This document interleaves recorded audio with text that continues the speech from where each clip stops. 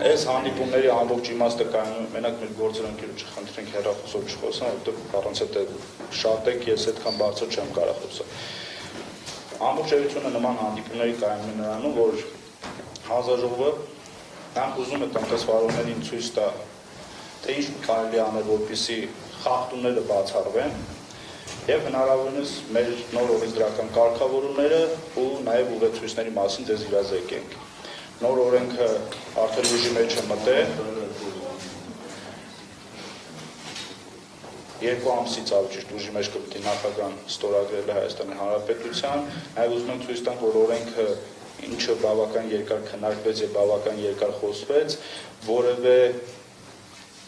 վատ կամ լրացուցիչ լիազորություն, բեռը ծանրացնող լիազորություն տնտեսվարող սուբյեկտների նկատմամբ չի տալիս հանձնաժողովին, այլ ընդհակառակը օրենքով փորձել ենք ավելի հստակ կարգավորենք։ Ինչ ենք առաջինը վերցրել կաթնամթերքի ոլորտը, եթե կանցներ տնտեսվարողներ վերջինս իմանան, որ վերջի 2 տարվա ընթացքում 3 խոշոր ստուգում ենք իրականացրել կաթնամթերքի ոլորտում, Հանուն ճշմարտության ամեն ստուգման արդյունքում ավելի նվազ էր իրավախախտումների ծավալը, սակայն մինչ այսօր կան այդ իրավախախտումները։ Մեր նպատակը անընդհատ այդ իրավախախտում գտնել տուգանելը չէ։ Մեր նպատակը որ իրավախախտումները չլինեն։ Մենք հրավիրել ենք նաև Սննդամթերքի անվտանգության ծառայության մեր գործընկերներին ու հետևյալ խոսքն եմ ես ուզում ասել, հետո պարոն Մարկոսյանը արդեն մանրամասն կասի մնացած կարգավորումները։ Նայեք հարգելիներս, սպարո երբ որ մտնում է ցանց խանութ կամ որևէ տեղ եւ փորձում է ձեռ բերել կաթնամթերք, ինքը իր համար պետք է այնքան պարզ մատնաշված լինի այդ ամենը, որ վերջինս հատուկ գիտելիքներ չտիրապետի, որպեսզի հասկանա օրինակ սա թթվասեր է, թե թթվասերի տեխնոլոգիայով պատրաստված բուսական յուղ պարունակող մթերք։ Այսինքն կան դեպքեր նաեւ, երբ որ թթվասերի փոխարեն Այսինքն նույնիսկ այդ մատնեշումը ոչ թե սխալ կամ ոչ պատշաճ է նշված, այլ ընդհանրապես գրած է թթվասեր, բայց լաբորատոր անալիզներով մենք հայտնաբերում ենք բուսական յուղ պարունակող մթերք։ Սա կարծում եմ այս երևույթը պետք է մեր երկրում վերանա։ Ու նաև մեր ուսումնասիրություն ցույց է տվել, որ բարեխիղճ տնտեսվարողները, որոնք իրապես արտադրում են օրինակ թթվասեր, իրենց տեղն ունեն շուկայում։ Այսինքն չկա խնդիր վաճառելու մեծ, որի արդյունքում ասեք մարդիկ գնում են թթվասերային մթերք են պատրաստում։ Եվ հետո կապված գների հետ կապված։ Այդ նույն թթվասերային մթերք կամ բուսական յուղ պարունակող մթերքը իրանք նույն կատեգորիայում նույն գնով են գրեթե վաճառվում։ Այսինքն այստեղ ակնհայտ է, որ նպատակը այլ ապրանք ստանալով, այլ ապրանքի տեղ վաճառելն է։ Իհարկե որևէ մեկը չի ասում, որ բուսական յուղը դա վատ է կամ բուսական յուղով ապրանքը չպետք է լինի շուկայում, կարող է լինել կան օրինակ մարգարին, որը նույն կարագի գնին է վաճառում, որ այդ մատնաշված է մարգարին, այսինքն տնտեսվարողի եւ սպառողի միջև հարաբերությունը պետք է լինեն ճիշտ, թափանցիկ եւ անկեղծ։ Մարդու ընտրությունն է, եթե ուզում է օրինակ ոչ թե կենտրոնական ծագման կաթից պատրաստված մթերք օգտագործել բուսական յուղով պատրաստված իր ընտրությունն է, դուք եւ այն ապրանքից ունեք եւ այն ապրանքից ունեք։ Այսինքն ամբողջ խնդիրը կայանում է նրանում, որ եկեք իրար հետ պայմանավորվենք որոշակի ժամկետ հետո, որտեղ մենք էլի իրականացրել ենք այս ստուգումները, որ եկեք մենք անդադ չգանք, գտնենք իրավախախտում, հետո անդադ չբերենք ձեզ վարչական վարմունքի դաշտ եւ չսկսենք այդ պատասխանատվության միջոցներ կիրառելը, որովհետեւ նաեւ հասկանում եմ, որ դուք բարիք եք ստեղծում եւ այդ ձեր լավ գործունեության արդյունքում պետք է պետությունը միշտ ձեր կողքին կանգնի, բայց մենք չենք կարող բարձի թողի վիճակ ստեղծենք եւ չենք կարող անդադ այդ իրավախախտումներին չնայել։ Մեր խնդրանքն է սա հորդոր է, որ եկեք ոչ թե գնանք անդադար տուգանելու մեխանիզմով, այլ գնանք ավելի բարեխիղճ մրցակցության, բարեխիղճ տնտեսություն վարելու մեխանիզմով։ Ընդ որում մենք հիմա նաև կասենք, թե մատնաշումները պարոն Մարկոսյանն ու մեր աշխատակիցները կներկայացնեն, թե ավելի ճիշտ մատնաշումները, որոնք են ալու, նաև մեր գործընկերները, եթե անհրաժեշտություն լինի կհուշեն ձեզ, որպեսզի հանկարծ, ասենք,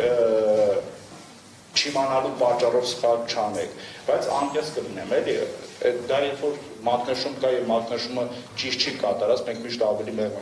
վերաբերվել, բայց երբ որ մատնաշվում է օրինակ հենց թթվասեր եւ բայց մեջը ակնհայտ բուսական յուղ է,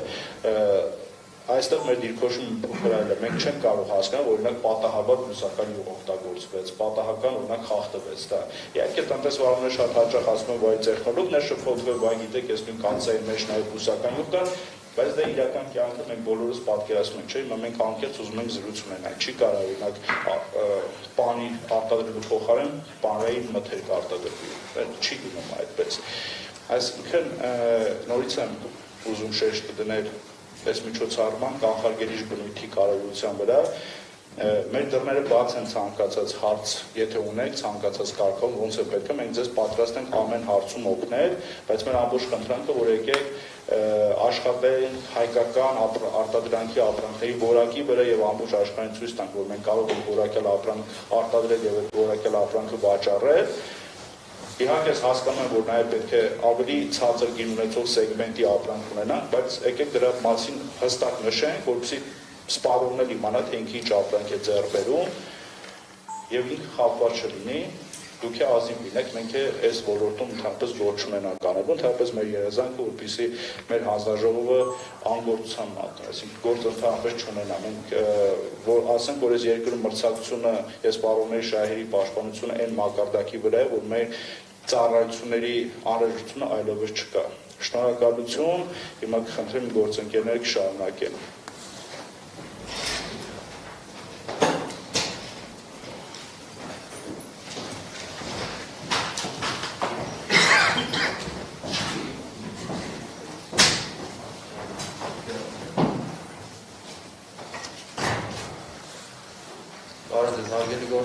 Նախ եւ առաջ շնորհակալություն եմ հայտնում մեր հրավերին արձագանքելու եւ այստեղ գտնվելու համար։ Օրակարգը իհարկե հրավերին ներկայացված էր։ Հակերտ օրակարգի մասին, օրակարգի երկու հատվածը նվիրված է օրենսդրական որոշակի պահանջների, որոնց չպահպանումը հանգեցնում է անբարոյթ մրցակցության, ըստ էության դրանց փոխով հետևանքներով, այսինքն պատասխանատվության, եւ երրորդ մասում արդեն հանձնաժողովը հանդես կգա որոշակի առաջարկություններով, որոնք կարող են ուղենիշ ծառայել, որպեսզի այդ խնդիրները ընդհանրապես չծագեն։ Անկերպ ասած, մեր քննական նպատակը, ինչպես պարոն Գևորգյանի խոսքում մի քանի անգամ շեշտադրեց, կանխարգելիչ բնույթն է, որպեսզի հնարավորինս բարդացվի իրավախախտումները քննարկվող ոլորտում։ Այժմ խոսքը փոխանցենք Զավոյի Մելքումյանին, ով կներկայացնի կազմակերպի որոշ տեսակների մակնշման պահանջները, այնուհետև կունենանք ըստ թեմայի քննարկում եւ այս ձևաչափով կշարունակենք։ Շնորհակալություն, խնդրեմ։ Շնորհակալություն, բարև ձեզ, հարգելի գործընկերներ, հարգելի ներկաներ։ Ինչպես արդեն նշվեց, հակիրճ կփորձեմ ներկայացնել կազմակերպի որոշ տեսակների մակնշման հիմնական պահանջները Հայաստանի Հանրապետությունում։ Նշեմ, որ կազմակերպի մակնշման պահանջները նախ եւ առաջ արտացոլված են սննդամթերքի մակնշման պահանջները սահմանող կարգավորումներում, մասնավորապես սննդամթերքի մակնշման մասին ԵԱՏՄ տեխնիկական կանոնակարգում եւ սննդամթերքի անվտանգության մասին Հայաստանի Հանրապետության օրենքում, սակայն այդ պահանջները առավել կոնկրետացված են Եվրասիական տնտեսական հանձնաժողովի 2013 թվականի հոկտեմբերի 9-ին հաստատված կաթի եւ կաթնամթերքի անվտանգության մասին մաքսային միության տեխնիկական կանոնակարգով, ինչպես նաև Հայաստանի Հանրապետության կառավարության 2006 թվականի դեկտեմբերի 21-ի որոշմամբ հաստատված կաթին, կաթնամթերքին եւ իրենց արտադրությանը ներկայացվող պահանջների տեխնիկական կանոնակարգով։ Քննարկենք Եվրասիական տնտեսական հանձնաժողովի համապատասխան տեխնիկական կանոնակարգի հիմնական դրույթները։ Այսպես, նշված կանոնակարգը տարածվում է կաթի եւ կաթնամթերքի վրա, մասնավորապես կաթնային մթերքների, կաթնային բաղադրյալ մթերքների, կաթ պարունակող մթերքների, կաթնային ճարպի փոխարինիչով կաթ պարունակող մթերքների, ինչպես նաև այլ կաթնամթերքի վրա։ Ներկայացնենք նշված հասկացություններից մի քանիսի հիմնական բնութագրերը եւ դրանց տարբերությունները։ Առաջինը ուշադրությունը ցանկանում եմ հրավիրել կաթնային մթերք հասկացության վրա, որը սննդամթերք է արտադրված կաթից եւ կամ դրա բաղկացուցիչ մասերից, բաղադրության մեջ կարող են առկա լինել կաթի վերամշակման համար ֆունկցիոնալ առումով անհրաժեշտ բաղադրիչներ եւ ամենակարևոր հանգամանքը, որի վրա ցանկանում եմ ուշադրությունը հրավիրել, կաթնային մթերքի արտադրության գործընթացում չի թույլատրվում օգտագործել ոչ կաթնային ճարպեր եւ ոչ կաթնային սպիտակուցներ։ Հաջորդ սլայդով ներկայացնենք կաթնային բաղադրյալ մթերք հասկացությունը, որը կրկին կաթից եւ կամ դրա բաղկացուցիչ մասերից կամ կաթնային մթերքներից եւ ոչ կաթնային բաղադրիչներից բացառությամբ ոչ կաթնային ծագման ճարպերի արտադրված սննդամթերք է եւ պատրաստի մթերքում կաթի բաղկացուցիչ մասերը պետք է լինեն 50%-ից ավելի։ Հաջորդը նշեմ թթվակաթնային մթերքի մասին։ Կաթնային մթերքը կամ կաթնային բաղադրյալ մթերքը կանոնակարգով սահմանված եղանակով թթվեցման արդյունքում կարող են վերափոխվել թթվակաթնային մթերքի։ Ինչպես փաստորեն հասկացանք նշված հասկացությունների սահմանումներից, թե կաթնային մթերքում, թե կաթնային բաղադրյալ մթերքում եւ թե թթվակաթնային մթերքում արգելվում են օգտագործել ոչ կաթնային ծագման ճարպեր։ Բերենք օրինակներ։ Պանիրը եւ կարագը կաթնային մթերքներ կամ կաթնային բաղադրյալ մթերքներ են, որոնց բաղադրության մեջ փաստորեն արգելվում է օգտագործել կաթնային ճարպի փոխարինիչներ։ Հաջորդ սլայդով նշենք, որ մածունը, կաթնաշորը եւ թթվասերը թթվակաթնային մթերքներ են, որոնց բաղադրության մեջ եւս արգելվում է օգտագործել կաթնային ճարպի փոխարինիչներ։ Այս դեպքում հարց է առաջանում, թե որն է կանոնակարգով սահմանված այն հասկացությունը, որի մեջ իհարկե որոշակի սահմանափակությամբ հնարավորություն է տրվում օգտագործել կաթնային ճարպի փոխարինիչ։ Խոսքը կանոնակարգով սահմանված կաթնային ճարպի փոխարինիչով կաթ պարունակող մթերքի մասին է, որը կաթի վերամշակումից ստացված մթերք է, եւ տվյալ մթերքում նախատեսվում է կաթնային ճարպը բացառապես կաթնային ճարպի փոխարինիչով փոխարինելու հնարավորություն կաթնային ճարպի 50%-ից ոչ ավելի քանակությամբ։ Նշեմ, որ կաթնային ճարպի փոխարինիչով կաթ պարունակող մթերքը կաթնային մթերքներից տարբերակելու համար եւ սպառողների հնարավոր մոլորությունը կանխելու նպատակով կանոնակարգով սահմանված են կաթնային ճարպի փոխարինիչով կաթ պարունակող մթերքի մակնշման որոշակի պահանջներ։ Այսպես, առաջինը պետք է խոսեմ տվյալ մթերքի անվանման մակնշման մասին։ Կաթնային ճարպի փոխարինիչով կաթ պարունակող մթերքի անվանումը պետք է սկսվի կաթնային ճարպի փոխարինիչով կաթ պարունակող մթերք բառերով, իսկ տվյալ մթերքի արտադրության տեխնոլոգիայի մասին տեղեկատվությունը նշվում է արտադրված է կամ պատրաստված է տեխնոլոգիայի բառերի ձևով, նշելով համապատասխան կաթնային մթերքի կանոնակարգով սահմանված հասկացությունը։ Օրինակ, կաթնային ճարպի փոխարինիչով կաթ պարունակող մթերք արտադրված թթվասերի տեխնոլոգիայով կամ կաթնային ճարպի փոխարինիչով կաթ պարունակող մթերք արտադրված պանրի տեխնոլոգիայով եւ այլն։ Հաջորդ սլայդով շարունակենք ներկայացնել տվյալ մթերքի մակնշման կանոնակարգով սահմանված որոշակի պահանջներ։ Նշենք, որ կաթնային ճարպի փոխարինիչով կաթ պարունակող մթերք բառերի տառաչափը պետք է կազմի առնվազն 2.5 մմ։ Հաջորդ պահանջը այն է, որ տվյալ մթերքի սպառողական փաթեթվածքի վրա նշվում է կաթնային ճարպի փոխարինիչով կաթ պարունակող մթերքում բուսական յուղերի առկայության մասին տեղեկատվությունը։ Մասնավորապես, տեղեկատվական դաշտի վրա նշվում է պարունակում է բուսական յուղեր արտահայտությունը, ընդ որում տեղեկատվական դաշտը պետք է ունենա պիտակի կամ փաթեթվածքի գույնին հակատիր գույն, որտեղ զետեղվում է մթերքի մակնշվածքը, այդ թվում դրա անվանումը։ Նշեմ, որ նշված տեղեկատվական դաշտի տառատեսակի չափը պետք է լինի նախորդ սլայդի միտքը շարունակենք, առնվազն 3 մմ այն դեպքում, երբ փաթեթվածքի չափը թույլ է տալիս լրացնել տեղեկատվական դաշտը նշված չափերի տառատեսակով տեղեկատվության։ Այն դեպքում, երբ նման հնարավորություն առկա չէ, ապա այդ տեղեկատվությունը զետեղվում է առավելագույնս խոշոր չափի տառատեսակով։ Հաջորդ սլայդով ևս շարունակենք ներկայացնել որոշակի դրույթները։ Մասնավորապես նշեմ, որ կաթնային ճարպի փոխարինիչով կաթ պարունակող մթերքի անվանումը եւ տեղեկատվական դաշտը զետեղվում է սպառողական փաթեթվածքի վրա այն մասում, որը ուղղված է դեպի սպառողը, սպառողական դարակի վրա կամ փաթեթվածքի մակերևույթի այն մասում, որը հեշտ հասանելի է սպառողի համար ձեռք բերվող մթերքի վերաբերյալ տեղեկատվություն ստանալու նպատակով։ Հաջորդ կարգավորումը շարունակեմ ներկայացնել կաթնային ճարպի փոխարինիչով կաթ պարունակող մթերքների անվանումներում արտադրողի հայեցողությամբ կարող են օգտագործվել մթերքի հումքային բաղադրության առանձնահատկությունները, ջերմամշակման եւ հատուկ մշակման եղանակը բնութագրող հասկացություններ, եթե իհարկե նման մշակում իրականացվել է։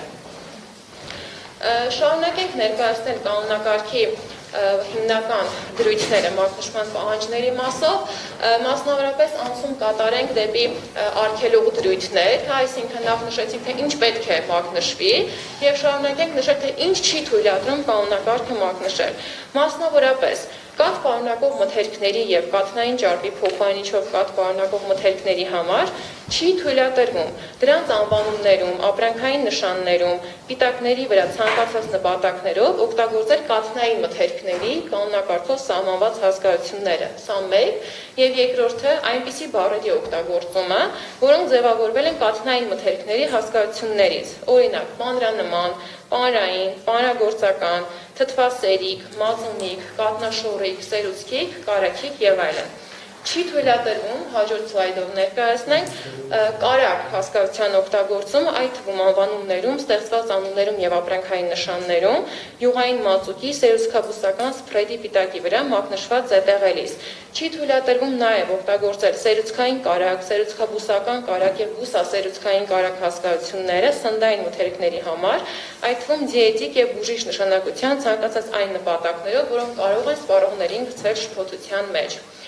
Բացի դրանից նշեմ, որ կաթ պարունակող մթերքների եւ կաթնային ճարպի փոխարինչով կաթ պարունակող մթերքների սպառողական փաթեթվածքի վրա մակնշված զետեղելիս, կաթ պարունակող մթերքի եւ կաթնային ճարպի փոխարինչով կաթ պարունակող մթերքի անվանումները չի թույլատրվում դրոշմել մասամբ սպառողին մոլորության մեջ գցելուց խուսափելու համար։ Օրինակ, արտադրված է թթվասերի տեխնոլոգիայով, այսինքն ամբողջական անվանումը մասամբ է տվյալ դեպքում մակնշված, կամ արտադրված է պարի տեխնոլոգիայով, այսինքն նման մակնշումներ կանոնակարգը արգելում է իրականացնել։ Ընդհանուր առմամբ այսքանը ներկայացվեցին կանոնակարգի մակնշման հիմնական դրույթները, շնորհակալություն ուշադրության համար։